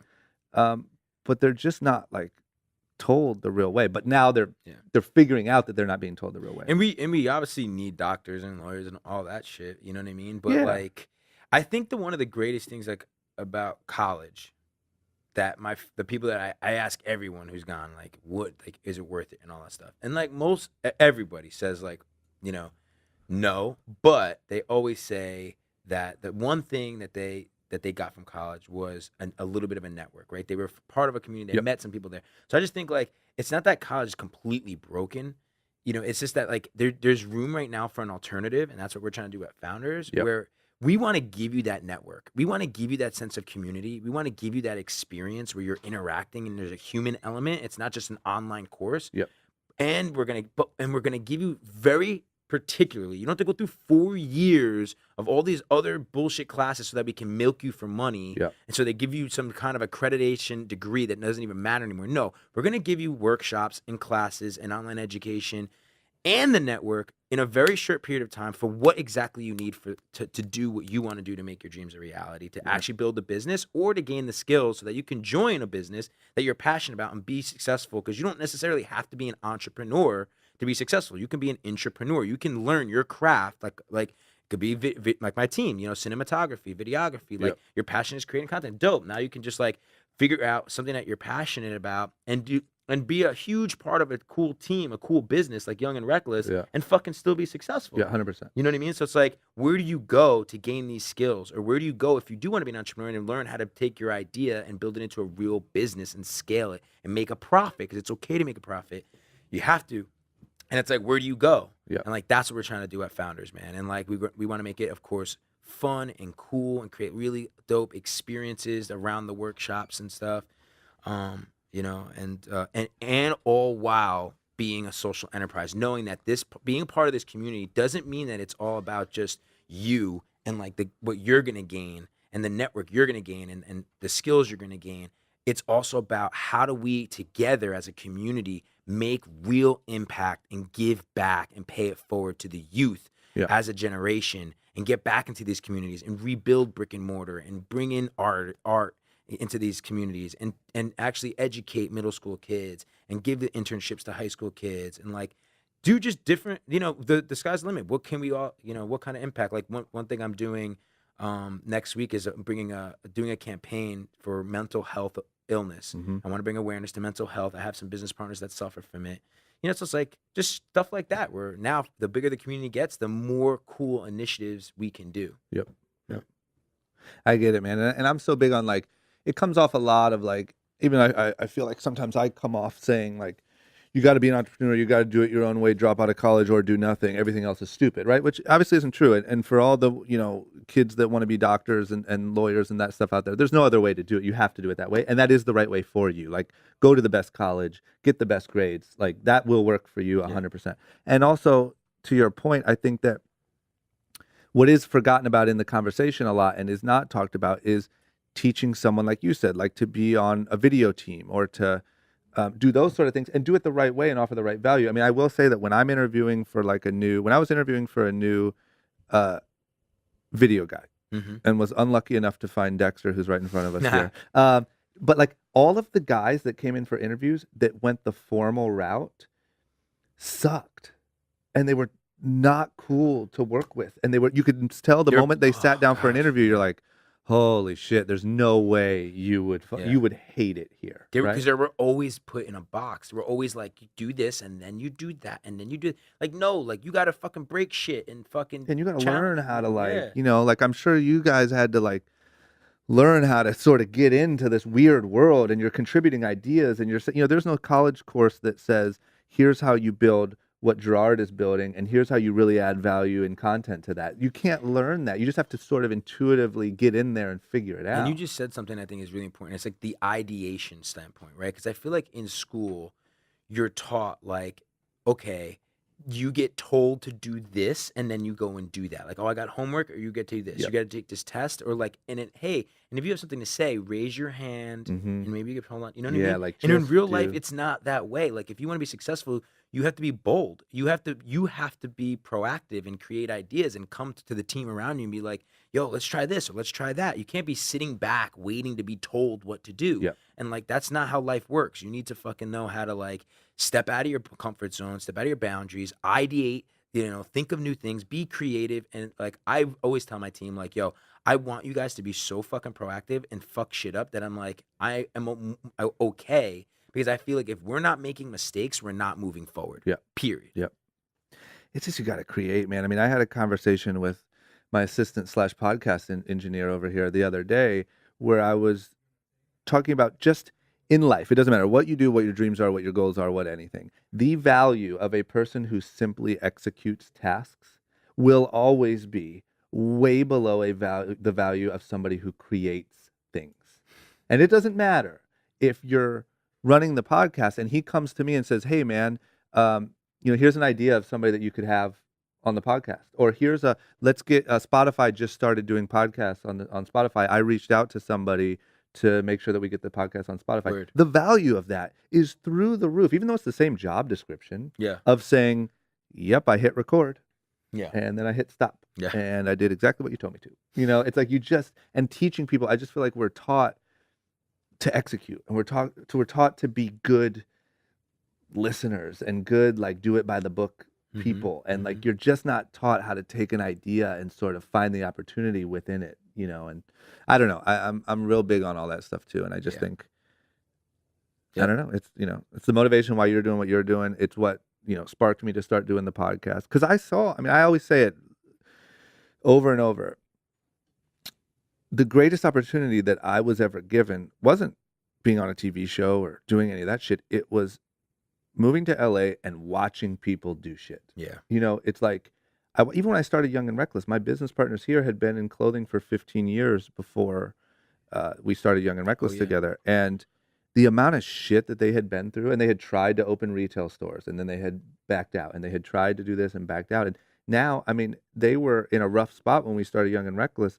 Now they have a men's subscription service that's going to do $100 million in revenue this year. Yeah, that's fucking And that's simply from crazy. saying, what if we tried this? Yeah, let's try Like, this, what let's if, try I that. don't know. I Yeah. mean, if we put 6 items in a box and charge $60 for it, technically our margin would be all right. Let's try it. And I saw him go about it the wrong way and go about it the right way and blah, blah, blah. And it's working, and it's like, I've seen that time and time again. And I've also seen Just fail how, until you succeed. yeah, Like and I've seen like these people are that's it. normal people. Yeah. They're idiots just like we are. Nobody knows what the fuck they're doing, right? Like Proceed everyone's, as if success is inevitable. Just keep fucking going. yeah, like we're all just, Little yeah. fucking quotes here. There you go. I like that. But yeah, I mean, we're all, it's just like, and the more you go, you learn that nobody knows what they're doing. Everyone's just going for it. Yeah. Like, There's no better time. There's no better time in history than right now. Like, what don't we have? Like, there's nothing to bitch about. Look Yep. at our grandparents. Look what they fucking went through to like immigrate here. Look about what our parents, like our parents did what they were told because that was the right thing to do for us. Yep. Because they were like, okay, we actually do need to care about security because we want to have a fucking family. Yeah. And family is the most important thing in the world. They did that shit. It's like, now what are we going to do for them? Yeah. And it's our fucking job Yep. to fucking create and to build the things of the future. We have all the technology in the world. We have all the inspiration in the world. Shit's happening all around us. I mean, everything around us was created by something or someone. Like everything around us is created from someone. Yeah. Like what's stopping you? Yeah. Why not you? I always said like not everybody can be a great entrepreneur, but a great entrepreneur can come from anywhere. I don't care what your background is, who you are, fucking where you come from, what you believe in, like you can fucking create some shit and like actually become like you can become that leader, you can become that successful person, you know, that can change the world, that can fucking, Yeah. you know, And I will tell you, in my opinion, it is the key to happiness.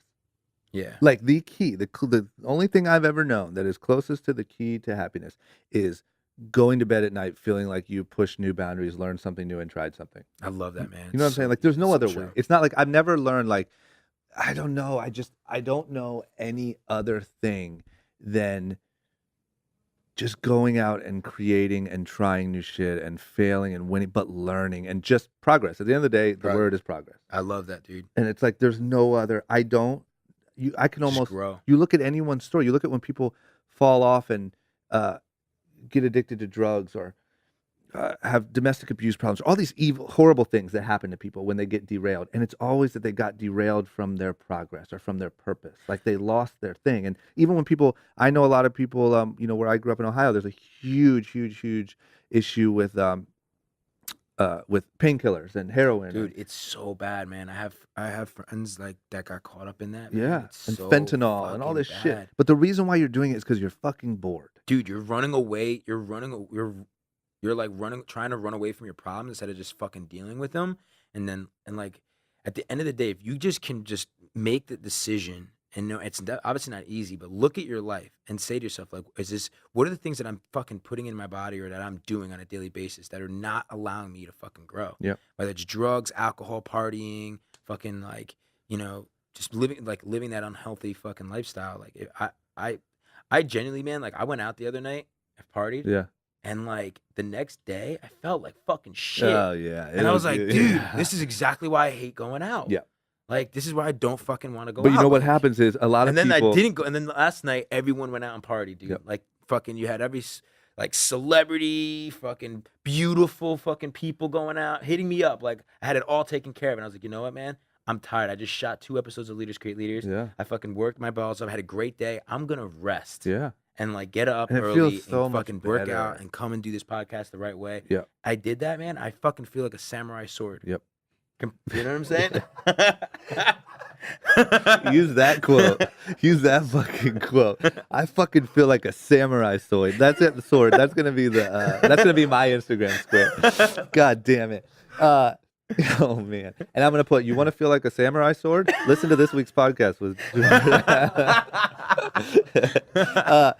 You're 100% right. And what happens is you wake up the next day. You wake up the next day. You're hungover. You underperform. Everything feels whack. You go home at night. Anxiety kicks in. Anxiety kicks in. You feel like a piece of shit. Somebody hits you up and says, "Hey, you want to go to this party?" And you're like, "Yeah, fuck it," because I feel like shit. Right. So then you go to the party, do the same The thing. FOMO You feel like kicks in. shit. That's where it happens. I don't know. I just feel like I've seen it over and over, and that's why I do this, because I want people to listen to this and feel like, man, I could walk up and talk to Gerard. Right? They might see you walking down the street and not want to approach you because they're like, I don't know, like No, successful fuck guy, that. like he's Come up to whatever. me. But I want to bring the conversation to where it's like, look, he's a normal dude. Like it's not some sort of. Yeah, I'm just like you.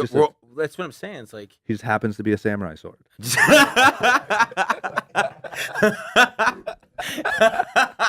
Yeah. Yes. But yeah, but that's the goal, and that's what I think is just so important. And I feel that in you, like when you talk about it and when you get passionate about it, like I feel like you just want people to like sort of wake up to it and be like, look, man, like it doesn't have to be that.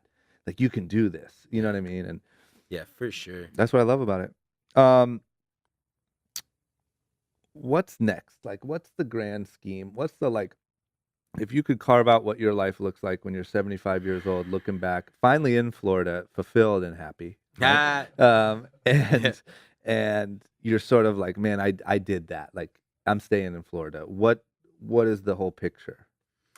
Yeah, I mean, for me, it's family. I want to have kids. I want to have a fucking dope ass wife. Mm-hmm. I want to have dope ass fucking crib. $100 million and a bad bitch, I believe is what Big Sean said. Yeah. Yeah. But outside of that, like, honestly, like, I take the Millennial Mentor serious. Like, I want to continue to be the very best mentor I can possibly be to the day I die. And, where I can, like, consistently be that person where people can come and visit me and I can work with them and help them, like, get on their path, create shit that matters, like build dope things, you know. And I'll just and I'm just I picture like continuing to believe in people, invest in people, invest into these things. I enjoy it. I love it. I want to build I just want to continue to create amazing content. Content is just like my passion. I do it no matter what, without money. So, Yep. you know, who knows? Maybe one day have a network, you know, where like I can have more dope ass content we're creating and something called culture right now. Maybe that actually grows into something, you know, can become, you know, this amazing media company. Yep. You and I are going to do a Founders, TV show together. fuck yeah, man! I want to Yep. do a TV show. Yep. And then Founders, man, I just want it to be the most amazing alternative way of getting progressive education through the principles of entrepreneurship and personal development while making social impact in communities nationwide. Yep. You know, I what get else it. happens? Fuck. Who Yeah. knows? Yeah. I get it. Are you going to start vlogging? The people want to know. So just so you know, people, Gerard and I are both, how old are you? 32. Okay, so Gerard's 32, I'm 30 years old. We're both a little bit too old to be vlogging. Yeah. But but we both realize the value of vlogging, and we've been talking about how we're both trying to start vlogging, and I feel weird even saying the word vlogging. But we're both trying to figure it out. I'm trying to figure it out. I did mine yesterday at your meetup, so I'm gonna give it a shot. See, like my thing is like I hate starting and stopping shit. Yeah, same. But And that's like, why you gotta commit. This is what you have to do. This is what I did on the podcast. You gotta say, look, for where's my 3 vlog months, camera? Need to for be three vlogging. for 3 months, I'm gonna Anxiety's vlog kicking in. every damn it. For 3 months, I'm gonna vlog twice a week Yeah. and see what happens.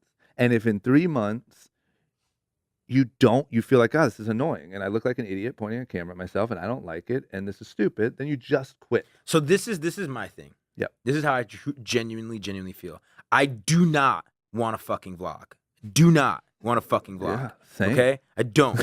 I care about Just to be clear, if I do this, I'm doing it for you. Yeah. I really fucking don't, because Yeah. I think like we're on our phones enough as it is. Like Yeah. the last thing I want to fucking do while Insta story, while posting, while shooting leaders create leaders is also be vlogging. I do want to be I love being present. I like really doing that. So, but if the thing is like if the audience, I do want them to get to know me more, and Yep. I do want to open up more, raw, authentically, Yep. get them to see more of me. Because when I do my show, Leaders Create Leaders, it is me interviewing, and it's for me. I enjoy storytelling, Yep. so it's less about me and talking about like what I go through, my struggle, my everyday The struggles. same here. So I feel Right. like, okay, maybe this will allow them to connect with me more. But I don't want to fucking Yep. do that. I'd rather like Agreed. figure out another way than pointing a camera in my face. I'm right there with you. Let me give you one argument that I am using on myself. Okay. The theory is this. You can put okay, let's just look at the content you create, right? Leaders create leaders. Obviously, you do a million other videos, but let's Mhm. say you're doing your Instagram story, your post, you're on Instagram interacting, blah, blah, blah. I believe the value of a vlog done right Mhm. is through the roof, higher than anything you could possibly put on your Instagram story, right? So what I'm saying is, let's just say you build up your vlog and it's getting 100,000 views per episode, but your stories get whatever it is, tens of Mhm. thousands, right? Now you don't have to do the stories because all of the value you're already creating here. So you're actually, if you do it right, this is what I'm telling myself, Mm. you take time away from all the little nuanced bullshit because you're able to just execute the things that have the most impact, right? Because if you can get the impact, because you can't relate to you from your Instagram story, really. You get news. You say, oh, Gerard's doing a meetup. Gerard just finished an episode. Gerard, and you're saying like, oh, cool. But from a vlog, you say, oh, I see what Gerard was thinking, or I see that he was stressed out after this day, or I see that he was really excited. The value is through the roof. That's what I see when I look at other people doing vlogs. So in turn, you get to do less of the little bullshit because you're hitting so many more people. Okay. All right. That's the argument. All right. That's the argument. Follow up with me in 6 months. Follow up with me in All 6 right. months when I make my All right. decision. Dope. 'Cause Dope. So I'm gonna give it a shot. I just say we I think we should do What are it you doing, together. 2 days a week? Right now I'm doing 1 day a week. 1 day a week. Yeah. Because I don't want to set myself up to fail. 2 days a week, I'm failing. Really? 2 days a week is so fucking hard. Because then you get into like, all Dude, right, here I'm we are at the told that, office. like you need to minimally do 3 days a week. You do. So here's the test. Do 1 day a week. Let's do it together. 1 day a week for 3 months.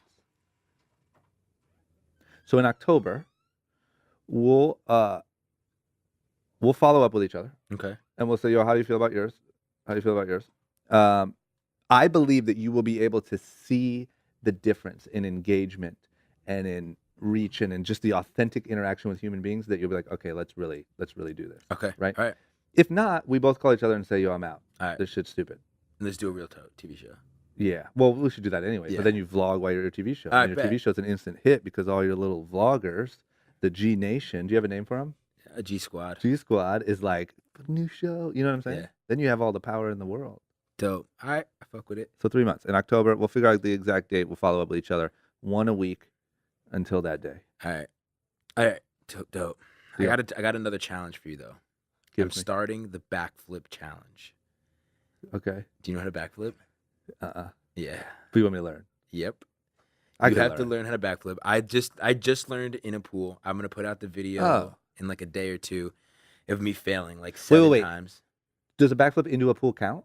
Yeah, why not? It's a Oh, backflip. fuck. I'm good. Yeah. I thought you meant like a flat ground backflip. Oh, well, you could do that That's too. some But shit. You yeah. want to start a real challenge? Like, yo, everyone has 30 days to learn how to backflip on fucking cement. Yeah, no, me. If you have 48 hours to do a backflip, you could do it. You could do it however you want, even if it's cheesy as doing it on a trampoline. But I suggest doing it at least in a pool. If not, donate. We're gonna do just like the ice bucket challenge. Donate for mental health awareness. I'm gonna drop a landing page, backflipchallenge.com. So 100% of proceeds is gonna go towards mental health illness. Okay, so let's say this. You said 2 days? Yeah. 2 days from when the podcast drops. All right, dope. So that everyone else does it too. Okay, So perfect. listeners, I will be backflipping in, off of, or onto something. And you all have to also do, what do you do, hashtag or something? Hashtag backflip challenge. Cool. And yeah, backflipchallenge.com. And I don't know what the legal things are here, but if you get hurt, I did not tell you to do that. Yeah, exactly. Yeah, just disclaimer, you're at your own risk. Done deal. Okay, so we have the vlog challenge and the backflip challenge. Yeah. Mine takes 3 months and makes you question your whole existence. Yours takes 2 seconds. Okay, couple last ones. You can fill every major city in the country with billboards for free. What's the billboard say or have on it, or what is the billboard? What is the billboard? Oh man, the number one thing that just popped in my head is just like, it's just fucking black, and then in white it just says "Do You." Period. G-A. Yeah. With a samurai sword under With it. a samurai sword. I'm saying you should think about how to integrate a samurai sword into like your logo or your email signature. Just saying, think about it. All right. You gotta get a samurai sword in the logo. Okay. Last one is. Are we vlogging? Are we starting now? Let me get some vlogs. Last thing is this. If you could go back, I usually choose a moment in your life. So let's say,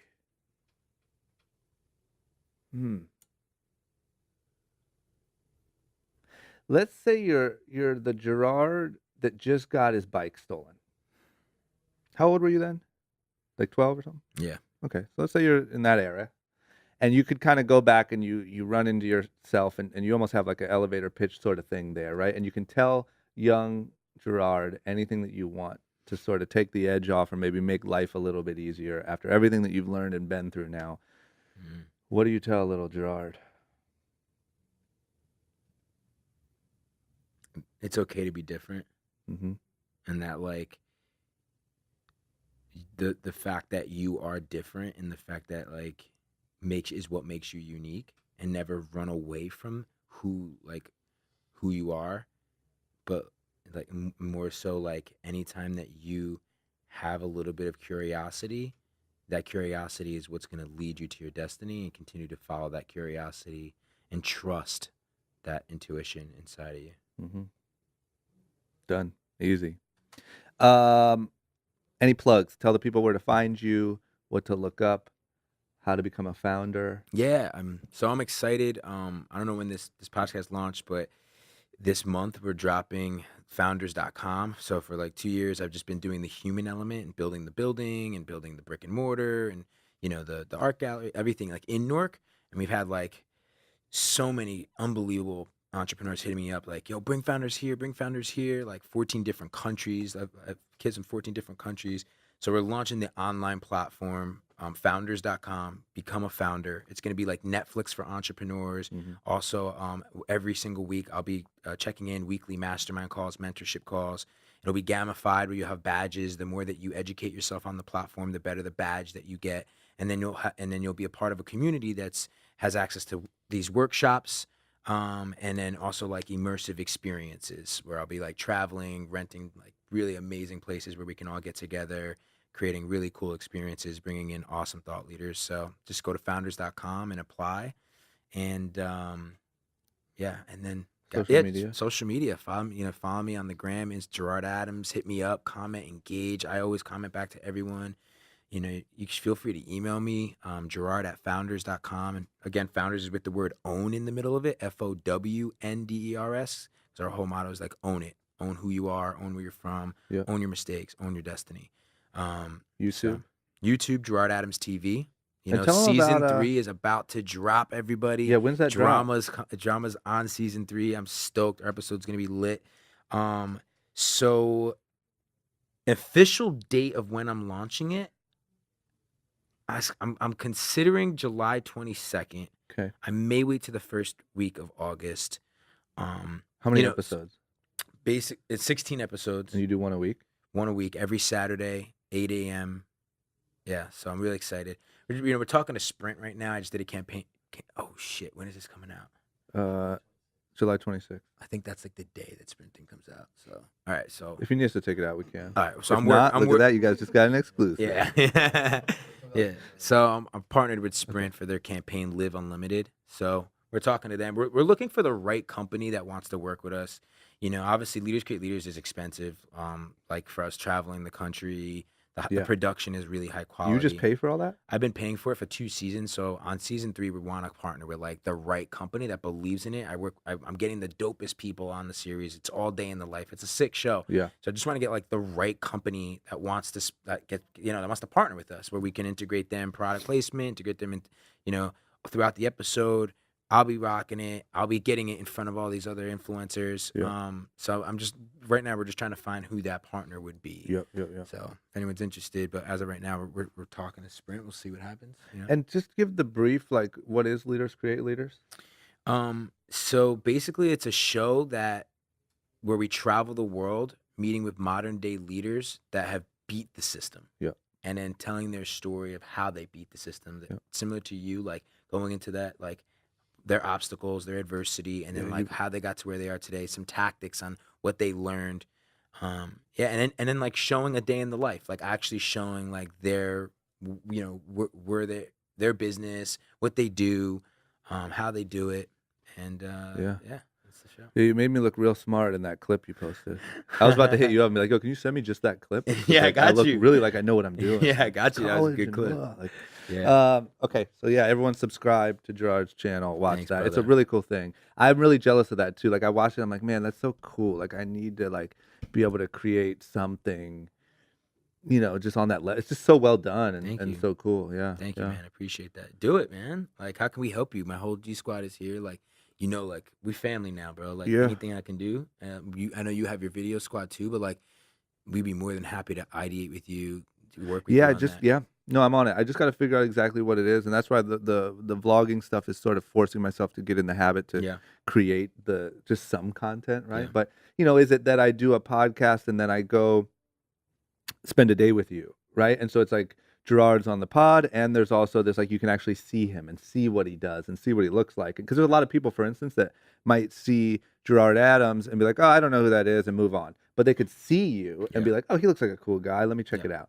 So I don't know whether it's that or whether it's different. But also your podcast, man, in general, like this is a fucking dope ass like platform. You know what I mean? And it's a really dope show. You have you're having such amazing people coming here. You're really good at this, and Thank you. audio is scalable, man. Yeah, like yeah. this is really scalable. Like for us, it's tough. Getting the production and stuff and doing that, and like we go through gaps, like 3-month gaps of like traveling the country and filming everybody. And that's gnarly. It's a lot. But that's what it's almost like, how do you, so now you've created this once a week hour or more piece of content, which is quite a bit, but how do you just go do the easier to digest versions, right? Yeah. Or the more visual versions, or it's almost like I feel like I've done, I don't want to say the hard part because I get to sit in my office all day and do it, Mhm. but it's a shit ton of content, Yeah. but it's like I can get, if I get 100,000 listens on a 1 hour and a half episode of this podcast, I could get 500,000 views on a minute-long video. You know what I mean? Like it's just so much Jeez. easier to digest, Yeah. right? Yeah. So I don't know, whatever. It'll turn into that. My biggest goal is just get this started, figure out what the hell I'm Exactly. doing, get over Yep. the hump of like feeling awkward Get sitting that and talking to momentum. someone, and then Yeah. figure it out. Dope. We did it, We gotta man. figure out an actual show too, man. Like Yeah, we there's do. production companies hitting me up. Like We do. we gotta figure that out. I just don't know what Did you it talk to is. Rob? I did. Yeah, he's gonna brainstorm on some shit, but Cool. we just gotta figure it out because it has to be fun. The problem with all Has to be this fun, shit yeah. is you can't come off like teachy or like too. You know what I'm saying? It has to. At the end of the day, it has to be like. Has to be entertaining. Like, think about Fantasy Factory, Rob. Yeah. Fantasy Factory. It was so fun to watch, and it was the most random fucking shit happening. Yeah. It just so happens that underneath all of that, it was like, oh damn, and Rob's like the best entrepreneur in the world. Yeah. Like, and this dude's a genius, right? Yeah. But it was only because he's like flipping cars and dressing up like a damn horse and like running. You know what I'm saying? It's like Yeah. if you really look at what the episodes were, it was pretty fucking ridiculous. The underlying message. So it's hard to do a show that's like. Yeah, he set the bar. There's no doubt about it. Well, yeah, he did. Yeah. Yeah. He definitely set the bar. Rob is one of my favorite entrepreneurs of all time in history. Yeah, he just Shout out to you, Rob, because you allowed He me to listens interview. too. You allowed me to interview you for Elite Daily when we very, very first started. I don't know if you remember, but my name's Gerard. And Hey, Rob, it's me, Gerard. I miss you. Yeah. All right, man, we did it. Dope. Thank you for doing this. Awesome, man. I really Thank you, appreciate it. dude. You're back to Love New it. York tonight? Yeah, take the red eye back. Got to meet with the founders team in Newark. Back to Newark, man. There it Could have been in is. Florida. Grinding. Yep. All right, y'all. We did it.